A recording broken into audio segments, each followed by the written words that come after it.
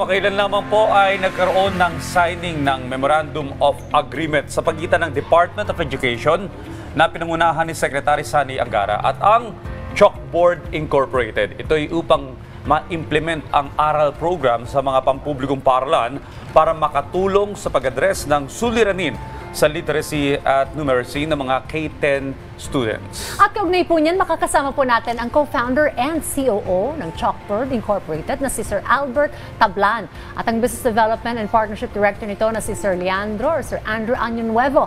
Magandang umaga po sa inyo at welcome po sa Rise and Shine Pilipinas. Good morning. Good morning, Audrey and Diane. Magandang umaga po sa mga manonood natin ng Rise and Shine Pilipinas. Good morning, Audrey and Diane, and magandang umaga rin po sa mga manonood natin ng Rise and Shine Pilipinas. Salamat po sa pag-imbita sa amin. Okay, maaari niyo po bang ikwento sa ating tagapanood, ito pong programa niyo, Aral Program, at paano po nabuo itong partnership niyo with the Department of Education?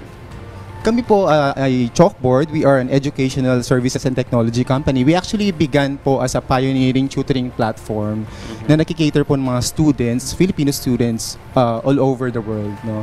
But with our insights po during the pandemic and our experiences, we launched po itong Aral Program. It's our flagship initiative and it's tailored to address po yung learning gaps ng literacy and numeracy ng ating po mga students among public schools here in the Philippines.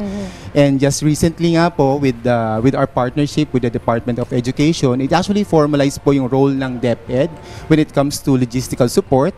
And with the help of Department of Education, we now know po kung ano pong mga eskwelahan sa Pilipinas ang nangangailangan po ba talaga ng intervention pagdating po sa pagbabasa at pagdating po sa math. Sa kabilang banda naman po kami as a Chalkboard, we handle po yung program design. Of course, we make sure po na this is aligned with the curriculum po ng Department of Education. At the same time, we implement the tutoring on the ground. So we can implement the program in person or if there's a need po na maging digital or through the platform, digital platform, pwede din mo naman po natin isagawa yung tutoring sa ganung pamamaraan. Okay, so reading and math, ang mga subjects na kumbaga ay tinutulungan ninyo yung mga estudyante and understand even parents pwede rin maging involved dito sa tutoring sessions. Pero paano ba ang structure nitong educational intervention nito at anong pinagkaiba nito dun sa mga the usual na mga pag-tutor sa mga estudyante? Sir Andrew. Well, in terms doon sa ating struktura, ito ay una-una may mga tinatawag tayong pagsisimula nito yung pagre-recruit natin sa ating mga community tutors. Sapagkat layunin din nito na mabigyan sila ng mga trabaho, And syempre, kabilang doon sa pag-recruit sa ating mga community tutors, ganun din syempre yung pagtuturo sa ating mga kabataan. Sila ay masusi po nating pinipili, At ang programa, again, ay doon sa mga bata na nagkakaroon ng kahirapan sa pagbabasa at sa matematika. So, doon sa mga bata na mahuhusay at magagaling na, ang programang ito ay hindi sa kanila. Pero, katulad din ng lagi namin sinasabi, ang programang ito ay all-inclusive. Ibig sabihin, may mga programa naman para sa kanila, yung ating acceleration program. Kasi nga ating aral program is Academic Remediation, Acceleration, and Livelihood.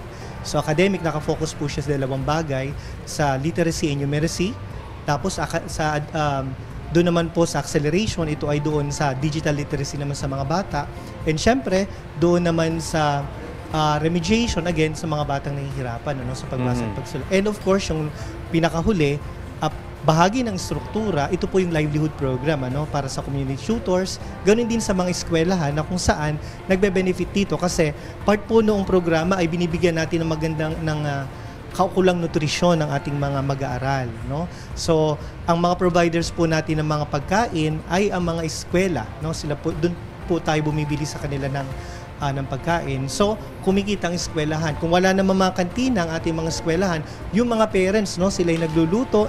At syempre, bilang bahagi ng pag-empower natin sa kanila, binibigyan po natin sila ng kabuhayan base doon sa mga pagkain na niluluto at inihanda po para sa kanila ding mga anak.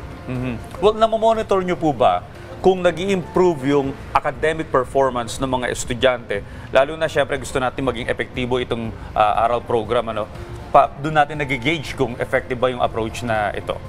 Yes, tama po yan. Isa po yan talaga sa pinaka-strength ng Chalkboard Aral Program because we normally employ po yung ating continuous assessments. So meron po tayong pre-assessment and then we also conduct midterm assessment, midterm of the program, and we also conduct po yung ating post-assessment pagkatapos naman po ng programa.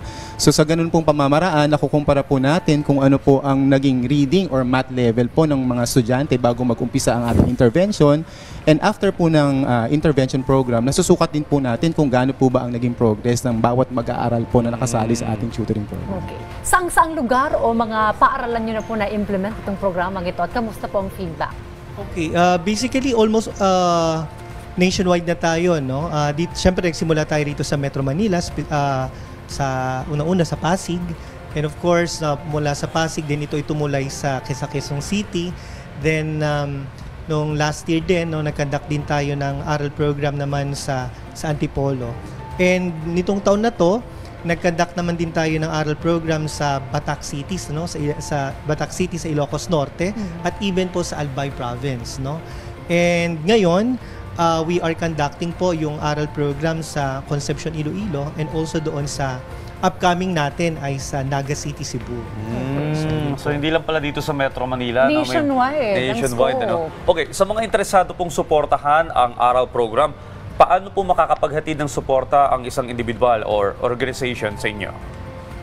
Siguro po mananawagan na ako sa ating mga manonood po. No? With DepEd's endorsement po, we usually collaborate with the city mayors and city governments through the local government unit. At para naman po doon sa mga individuals o doon po sa mga organizations, mga private organizations, they can actually sponsor a student. They can also fund the learning materials and the resources.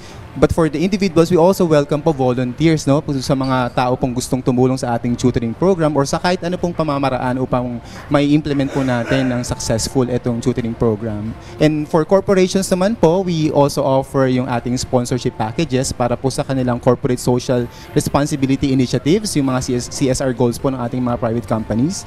And with that partnership, we make sure po that they will create a very positive impact po sa education ng mga mag-aaral po nating mga Pilipino dito sa ating bansa.